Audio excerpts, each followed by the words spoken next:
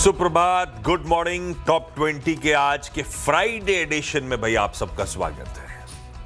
Friday आ गया लेकिन gift Nifty के क्यूज में कोई फर्क नहीं है। रोज सुबह ऐसे ही फ्लैट, ऐसे ही स्लाइटली इन रेड टिल्ट के साथ शुरुआत करने के इंडिकेशंस आते हैं और दिन का एक्शन अलग ही होता है। खूब वोलेटिलिटी, खूब रेंज में ट्रेड। खैर, आज समीकरण दो चीजें थी। टीसीएस के नंबर्स डिस्कस कर रहे होंगे हम लोग, और दूसरा जेरोम पावेल की स्पीच। अगर उसका इंतजार था तो स्पीच में कुछ नहीं हुआ। उन्होंने कोई भी बात मॉनेटरी पॉलिसी रिलेटेड वहां पे नहीं छेड़ी।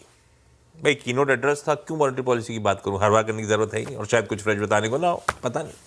तो वो ये समीकरण है, क्यूज ठीक ठाक है, फ्लैट से ग्लोब भी ऐसे ही जैसा हमारा गिफ्ट निफ्टी दिखा रहा है। ऐसे में भाई साहब मूड कैसा है? स्टॉक कौन से शुरुआती? नहीं, मूड तो काफ़ी बढ़िया है और गिफ्ट निफ्टी से तो कुछ खास समझ में नहीं आता। इसे देख के समझ में नहीं आएगा कि बाजार की चाल कैसी रहेगी, तो ज़्यादा डिस्कस नहीं करना चाहिए। लेकिन आपने प्रीवियस शो में एक क्यूरियोसिटी बना दी।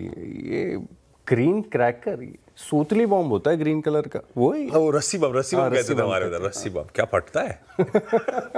भाई मैं क्यूरियोसिटी तो मुझे भी हुई थी, क्योंकि अब दिल्ली में बीजेपी सरकार है, शायद सरकार बदली है, तो उन्होंने गुहार लगाई और एटलीस्ट इस बात की परमिशन मांगी कि ग्रीन क्रैकर्स फोड़ने की मंजूरी दी जाए। ये कहते हुए, और सुप्रीम कोर्ट से कहा सुनवाई जल्दी करिए क्योंकि दिवाली सामने खड़ी है, जो फैसले ने आप ले लीजिए। बिल्कुल। तो सुप्रीम कोर्ट आज जो सुनवाई कर रहा होगा, ग्रीन क्रैकर्स की मंजूरी दिल्ली एनसीआर में दी जाए नहीं दी जाए। ग्रीन क्रैकर्स क्या है अब मुझे भी नहीं पता, मैं भी पढ़ के बता रहा हूं।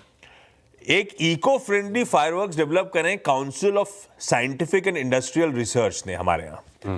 वो उनका कहना है कि एयर और नॉइस पॉल्यूशन रिड्यूस करेंगे, हार्मफुल केमिकल जैसे कि बेरियम वगैरह, एडिटिव्स वगैरह नहीं होंगे उसमें, और वो डस्ट सप्रेस कर रहे होंगे। कैसे? पता नहीं कैसे। उसमें कहा गया है कि वाटर वेपर रिलीज करेंगे। इतनी टेक्नोलॉजी गीला होगा तो फटेगा कैसे बम? पटाखा ही तो है, तेरी क्या टेक्नोलॉजी लगानी है? और महंगे भी आएंगे मेरे को लगता है। वीरू को बड़ा मुश्किल होने वाली है अगर परमिशन मिल, पर परमिशन मिलना इंपॉर्टेंट है अभी तो। खैर, नहीं तो दिवाली बिना पटाखों के मेरे हिसाब से तो चाम वही है। इंसान वालों के लिए बड़ी प्रॉब्लम है। मैं तो अपसेट रहता हूँ कि हमारे यहाँ भी टाइम लिमिट में है, उसके बाद सोसाइटी अलाउड नहीं करती, क्योंकि शायद यहाँ पे भी कोर्ट, यहाँ पे वो 10 बजे वाला ऑर्डर रहते हैं। हाँ, तो उसके बाद स्ट्रिक्ट होती है सोसाइटी। और आप ऑफिस से कभी कभी शाम को मुहूर्त से घर पहुंचने तो लेट हो जाते थे, तो और बैंड मिलता ही नहीं आपको फोड़ने का। बिल्कुल। खैर, दिवाली का तो चाम थोड़ा बहुत तो फायर क्रैकर्स का है। हाँ, पॉल्यूशन वाले सही कहते हैं, लेकिन अरे एक तो त्योहार है हमारा। खैर, ये सब बातें होती रहेंगी। स्टॉक कौन से शुरुआत? स्टॉक्स पे आते हैं। फोर्टिस हेल्थकेयर, ये आज की बड़ी खबरों में से एक है और ये सेंटिमेंटली नेगेटिव हो जाएगा। दरअसल अगर आप देखें तो जब आईएचएच को क्लियरेंस मिल गया था सेबी की तरफ से ओपन ऑफर के लिए, तब इस स्टॉक में एक तेजी देखने को मिली। तो उस दिन पूरा हेल्थ केयर स्पेस चला था। अब खास बात अगर आप देखें तो अब इन्होंने ओपन ऑफर जो है जारी किया 26% मैंडेटरी स्टेक के लिए, और वही 170 रुपये का भाव है जो सालों पहले, 7 साल पहले का जो भाव था 170, वही है।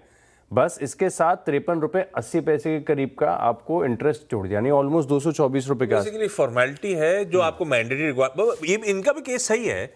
अब आपके कोर्ट में फंसा हुआ था, तो मैंने जब एक्वायर करा तो मैं आज के भाव पे ओपन ऑफर क्यों लाऊं कैलकुलेशन के हिसाब से? भाव भी तो कितना बढ़ गया। तो वो बेसिकली बस एक मैंडेटरी फॉर्मेलिटी जो पूरी हो रही होगी, कोई सरेंडर कर नहीं रहा होगा। हाँ, यस, कोई नहीं करेगा। तो सिर्फ एक सेंटिमेंटली नेगेटिव ले रहा हूँ, क्योंकि शायद अगर किसी को लग रहा होगा कि वो फिर से 6 महीने का 6 महीने का एवरेज आ जाए। हाँ, वो नहीं होने वाला है। तो इसके लिए फोर्टिस रेड है।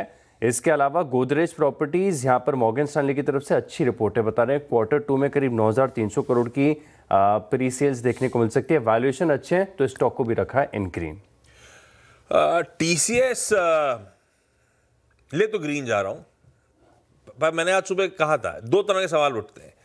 अच्छे नतीजे हाँ है, एक्साइट होने की जरूरत है क्या? नहीं, ऐसा नहीं लगता। अच्छे क्यों है? क्योंकि भाई कोई नेगेटिव नहीं है। आप जो एक्सपेक्ट करते हो डिलीवर करा है, थोड़ा सा अहेड डिलीवर करा है। कांस्टेंट करेंसी में आए 0.8% बढ़ी, हम 0.66% लेके चल रहे थे। मार्जिन फ्लैट एक्सपेक्ट कर रहे थे, 70 बेसिस पॉइंट्स बढ़े, ठीक है। और क्या है, एआई का तड़का थोड़ा सा रिलीज में दिखेगा आपको कि हम डेटा सेंटर खड़ा करेंगे, हम 5 pronged अप्रोच रखेंगे एआई रिलेटेड। पर वो ठीक है, ये part of doing business type है। मैंने अपफ्रंट बहुत एक्सप्लेन कर रखा पिछले शो में, तो उसकी डिटेलिंग में नहीं जा रहा हूँ। पर एक कंसर्न ये है कि बहुत चैलेंजिंग हो रहा है टीसीएस के लिए। FY26 ओवर FY25 की ये बेहतर होगा साल, मुश्किल होता जा रहा है। और जबकि डील बैक करने का सिलसिला देखिए, 12 billion last to last quarter और 9.5 बिलियन लास्ट क्वार्टर, इस क्वार्टर 10 बिलियन। वो परकोलेट होके फाइनेंशियल्स में आ कर रही है अभी तक, 0.8% कॉन्स्टेंट करेंसी ग्रोथ है, तो अब पर्कुलेशन नहीं है, डील विल ठीक है। ठीक है, ये कंसर्न थोड़े से हैं और थोड़ा सा डाउंटिंग हो जाता है कि ये बैक एंडेड रहे, अगले छमाही बहुत अच्छी जाए, तब तो टीसीएस पिछले साल की वीक परफॉर्मेंस को मैच, पिछले साल किया गया था 4.2% पूरे साल की कांस्टेंट करेंसी ग्रोथ थी। अभी उसको मैच करना भी मुश्किल दिख रहा है। तो ऑप्टिक्स है, क्योंकि पिटा हुआ स्टॉक है, कुछ खराब नहीं नतीजों में, इनफैक्ट थोड़ा सा स्लाइड अच्छा ही है नतीजे, और एआई का तड़का डेटा सेंटर सुन के शायद एक्साइट हो स्ट्रीट, इसलिए इन ग्रीन रख रहा हूं। पर इसका बियॉन्ड आमतौर पर टीसीएस नंबर्स के थ्रू मैं इन्फी विप्रो सब की बात करता हूं, वो नहीं करूंगा, यहीं तक रिस्ट्रिक्ट रखता हूं। दूसरा स्टॉक मैंने कोफोर्ज रखा। डेटा सेंटर जिसकी एक्साइटमेंट अगर यहां पे हो रही हो लोगों को, पिछले क्वार्टर में कोफोर्ज ने ऑलरेडी अनाउंस करा था, तब स्टॉक 9% गिरा दिया गया था, याद है आपको Q1 नतीजों की बात, क्योंकि केपेक्स पे स्पेंड $70 मिलियन ये डेटा सेंटर खड़ा कर रहे थे। Data centre is part of doing business now. Coforge खैर मेरे ख्याल से इस बार भी सारी आईटी कंपनीज में सबसे अच्छी कांस्टेंट करेंसी ग्रोथ कोफोर्ज ही डिलीवर कर रहा होगा। अगर तो पॉजिटिव रब ऑफ आ रहा है टीसीएस का, तो मैं कोफोर्ज इन ग्रीन लेके चलता हूं। टाटा एलेक्सी तीसरा रख दिया यहीं पे मैंने, पर टाटा एलेक्सी बहुत सोच के मैं लाल ही ले जा रहा हूं, रब ऑफ के तौर पे भी नहीं। मैं टाटा एलेक्सी को लाल इसलिए कर रहा हूं क्योंकि हमारे लिए ग्रोथ कंपनी थी। क्या किया इन्होंने, रुपए में आए Q-on-Q 2.9% बढ़ी, साल दर साल 4% गिरी, कांस्टेंट करेंसी में आए 1% Q-on-Q बढ़ी है, साल दर साल 8% गिरी है। इबिटा मार्जिन 20 बेसिस पॉइंट्स बढ़े हैं, हेडकाउंट रिड्यूस हुआ है, एट्रिशन बढ़ रहा है। बस इन सब के लिए क्या है, स्टॉक का अंडर परफॉर्मेंस इनके फेवर में जाता है। कितना भाव में आ गया ये कहना मेरे लिए मुश्किल है, सिर्फ नतीजे देख के कहता तो मैं लाल कहता, इसलिए मैं लाल कह रहा हूं। यहां पे 5 पैसा ऐसी कहानी है, बहुत पिटा हुआ स्टॉक है। कैपिटल मार्केट स्टोरीज आशीष हाईलाइट करते रहते हैं किस तरह से चल रहे हैं। आप 5 पैसा का साल का चार्ट उठाइएगा, साल दर साल आय 1.5% गिरी, मुनाफा 57% गिरा, पर साल दर साल नहीं Q-on-Q देखा जाता है। कैपिटल मार्केट स्टोरीज आय 1% गिरी, ब्रोकिंग इनकम 2% गिरी, मुनाफा 18% गिरा Q-on-Q। एक ही चीज अच्छी है, क्लाइंट एक्विजिशन Q-on-Q जंप आया है, हो सकता है वो आने वाली तिमाहियों के पे इंपैक्ट दिखाए। इस क्वार्टर के नंबर्स देख के लाल है, 4 कर दिए मैंने। तो अगला स्टॉक मैं भी बता देता हूं, बजाज ऑटो है। इस स्टॉक को इन ग्रीन रखा है। दरअसल सीएलएसए की तरफ से रिपोर्ट आई है जिसमें बता रहे कि फेस्टिव सेल्स अब पिकअप कर रही हैं, और पहले जो 16 दिन है फेस्टिव सेल्स के, इसमें 2 व्हीलर की लाइक फॉर लाइक ग्रोथ आई है तकरीबन 21%, 3 व्हीलर में 7% की ग्रोथ है। तो बजाज ऑटो के लिए बढ़िया है, इन ग्रीन रखा है। इसके अलावा अगर आप देखें तो ट्यूब इन्वेस्टमेंट ये स्टॉक है, रडार पर लगातार बना हुआ है। डेटा सेंटर्स की जब भी बात होती है तो सीजी पावर है, सेमीकंडक्टर्स के लिए काफ़ी फेमस है, अब उसकी होल्डिंग कंपनी है ट्यूब इन्वेस्टमेंट। इससे पहले भी शो में काफ़ी निश्चित तौर पर हमने डिस्कस किया था। स्टॉक बढ़िया चल रहा है, क्लासिकल अप ट्रेंड में, तो इस स्टॉक को भी आप अपनी वॉच लिस्ट में शामिल कर सकते हैं। अच्छा, जो रिजल्ट्स का एनालिसिस करके कलर शेड दिया है उसका स्टॉक की चाल से कोई लेना देना नहीं है, क्योंकि मैंने पहले ही कहा पता नहीं किस तरह भाव में क्या क्या है ऑलरेडी, और स्ट्रीट कैसे लेगा फिर नतीजों को, वो देखते हैं स्ट्रीट के रिएक्शंस। महिंद्रा एंड महिंद्रा सितंबर का अपडेट अच्छा है, वॉल्यूम सेल्स के 14% बढ़े, एक्सपोर्ट 44% बढ़ा, प्रोडक्शन 24-25% सितंबर मंथ का बढ़ता हुआ अच्छा लग रहा है। एसबीआई लाइफ सारे इंश्योरेंस कंपनीज के डेटा में सबसे स्ट्रांग इसका परफॉर्मेंस दिखता है।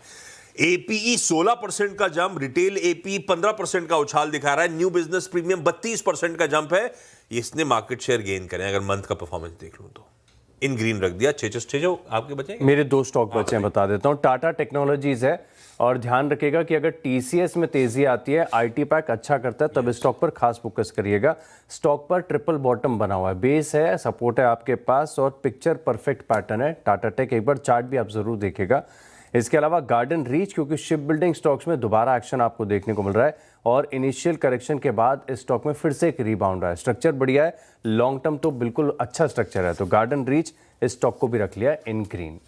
ब्रेक के उस पर अगले 4 पे बातचीत। आपका स्वागत है, और अगले 4 स्टॉक्स पर बात कर लेते हैं। अगले 2 स्टॉक जो है मेरे पास, ये स्टील सेक्टर के हैं, दिग्गज स्टॉक्स हैं, और इनमें ज़बरदस्त एक्शन आपको देखने को मिल रहा है। पहला है जेएसडब्ल्यू स्टील। यहाँ पर अगर आप देखें तो मेटल स्टॉक्स में एक्शन है, और ख़ास बात है कि पिछले 6 हफ्तों से, यानी वीकली चार्ट पर स्विच करके देखेंगे तो प्रीवियस 6 कैंडल में हर बार हायर हाइज और हायर लोज देखने को मिले। क्लासिकल अप ट्रेंड के संकेत होते हैं, और जेएसडब्ल्यू स्टील इसके पहले भी शो में काफ़ी बार डिस्कस किया। स्टॉक बढ़िया चल रहा है, कल भी तेज़ी के साथ बंद हुआ है। इसके अलावा सेल यहाँ पर भी आप नज़र रख के चल सकते हैं, हालांकि कंपैरेटिवली थोड़ा सा अंडर परफॉर्मर है, तो एक उम्मीद ये भी है कि कैचअप रैली यहाँ पर आपको देखने को मिले। और कल के सेशन में अगर आप देखें तो कुछ डील्स भी हुई हैं स्टॉक में, और मोर देन एवरेज वॉल्यूम्स के साथ स्टॉक में कल खरीदारी भी दिखी थी, तो सेल इस स्टॉक को भी रखा है इन ग्रीन। बिल्कुल ठीक। अगले दो स्टॉक्स में एक नैटको फार्मा को इन ग्रीन रखते हैं। दरअसल दिल्ली हाई कोर्ट ने नैटको फार्मा की जो लो कॉस्ट जेनरिक है रिस्डिप्लैम की, उसे क्लियर कर दिया है। बेसिकली जो स्विस ड्रग मेकर है रोशे, उसके ऑब्जेक्शंस के बावजूद ऐसा किया गया। रिस्डिप्लैम जो है एक लाइफ सेविंग ड्रग है स्पाइनल मस्कुलर एट्रोफी की। रोशे की प्ली को बेसिकली इंजंक्शन मतलब किसी काम को करने से रोकना। तो रोशे चाहते थे कि भाई इनको रोका जाए हिंदुस्तान के बाजार में इसका लो कॉस्ट जेनरिक उतारने के लिए। पर दिल्ली हाई कोर्ट ने फाइनली फैसला ले लिया है पेशेंट्स के हित में कि नैटको फार्मा, फर्क क्या पड़ रहा है, रोशे की जो दवा है वो 6 लाख रुपए पर बॉटल पे आती है। 6 लाख। और नैटको का वर्जन जो आना है, कहा जाता है कि वो 15,900 रुपए पे शायद एक्सपेक्टेड कॉस्ट हो। तो 97% का एक तगड़ा प्राइस कट हो सकता है। पर ठीक है, उनका R&D था, इसीलिए वो इस तरह से चार्ज कर रहे थे क्योंकि उसका बनाना था। लेकिन दिल्ली हाई कोर्ट ने फैसला लिया नैटको फार्मा के लिए पॉजिटिव है। होपफुली अब ये ड्रग सस्ते में भारत के बाजारों में आती हुई नजर आए। कैनरा बैंक को इसलिए मेंशन करा कि अब तो दोनों IPO खुल गए। कल एक का खुला था जिसकी हमने KYC में चर्चा करी थी, Canara Robeco asset management company, और आज Canara HSBC life insurance company. दोनों जगह वैल्यू अनलॉक कर रहा है कैनरा बैंक। हालांकि एक्साइटमेंट पहली स्टॉक में आ चुका है, पर आज इन ग्रीन रख दिया मैंने। NTPC ग्रीन चौथा, मतलब इस फेज में तीसरा। इन्होंने गुजरात सरकार के साथ एक करार करा है 10 gigawatt solar, 5 gigawatt wind capacity लगाने का। NTPC ग्रीन है। NTPC दरअसल इसकी पेरेंट की एस्पिरेशंस है 60 गीगावाट रिन्यूएबल कैपेसिटी 2032 तक। उसी कड़ी में ये करार हुआ है। और एक कैम्स को इन ग्रीन रख दिया क्योंकि आज बोर्ड मीट है, पता ही है सबको। बोर्ड मीट है स्टॉक स्प्लिट पे विचार करने के लिए। 10 रुपए की फेस वैल्यू है इस समय, देखते हैं किस तरह का स्प्लिट अनाउंस होता है। उससे पहले ग्रीन कर दिया। 10 स्टॉक्स पूरे हो गए भाई साहब। आखिरी के दो मैं बता देता हूँ। एक एस्ट्रा माइक्रो है और डिफेंस स्पेस में एक्शन दोबारा आपको देखने को मिल रहा है। पिछले 2 हफ्तों से लगातार अच्छी वॉल्यूम्स के साथ स्टॉक में खरीदारी देखने को मिल रही है। और बढ़िया बात यह है कि ऊपरी तरफ पर भी आप देखें तो एक अक्यूमुलेशन आपको विजिबल नजर आएगा। तो एस्ट्रा माइक्रो कल 3.5% चला है, इस स्टॉक पर रखेगा खास फोकस। और आखिरी स्टॉक है बैंकिंग स्पेस में से, और ज़्यादा चला नहीं है लेकिन चार्ट बड़ा इंटरेस्टिंग है, एटलीस्ट देखने लायक तो चार्ट है। येस बैंक की मैं बात कर रहा हूँ, कल 1.5-2% का मूव यहाँ पर देखने को मिला था। अब इसके वीकली चार्ट को बहुत ध्यान से देखेंगे ना तो बिल्कुल परफेक्ट नहीं है, लेकिन ऑलमोस्ट एक inverse head and shoulder type का स्ट्रक्चर जो है आपको वीकली चार्ट पर नजर आ जाएगा। और स्टॉक फिलहाल अगर आप देखें तो ऑलमोस्ट 40 दिनों के हाई पर फिलहाल के लिए ट्रेड कर रहा है। तो येस बैंक इस स्टॉक को भी रखा है इन ग्रीन। ओके, 10 पूरे हमारे। ब्रेक के उस पर जब लौटेंगे तो हमारी टीम्स का एक क्विक रैप अप। 20 स्टॉक्स का रिकैप देख लेते हैं। सबसे पहले फोर्टिस हेल्थकेयर। खबरों के बीच यहाँ पर एक सेंटिमेंटल इम्पैक्ट आपको देखने को मिलेगा। गोदरेज प्रॉपर्टीज पर अच्छी रिपोर्ट्स हैं तो यहाँ पर एक इम्पैक्ट है। इसके अलावा Bajaj auto, tube investment, Tata tech, garden reach, JSW steel, SAIL, astra micro और येस बैंक, इन स्टॉक्स को रखा है इन ग्रीन। मेरी 10 की टीम भी आपकी स्क्रीन पर आएगी। भाई ऑप्टिकली जैसा जो दिख रहा था वैसा कलर शेड है। स्टॉक की चाल से कोई लेना देना नहीं है, वो आप प्लीज अपने फाइनेंशियल एडवाइजर से कंसल्ट करिएगा। TCS, Coforge, M&M, SBI life, Natco pharma, Canara bank, NTPC green और कैंप्स इन ग्रीन। तो टाटा एलेक्सी और 5 पैसा इन रेड आज के लिए।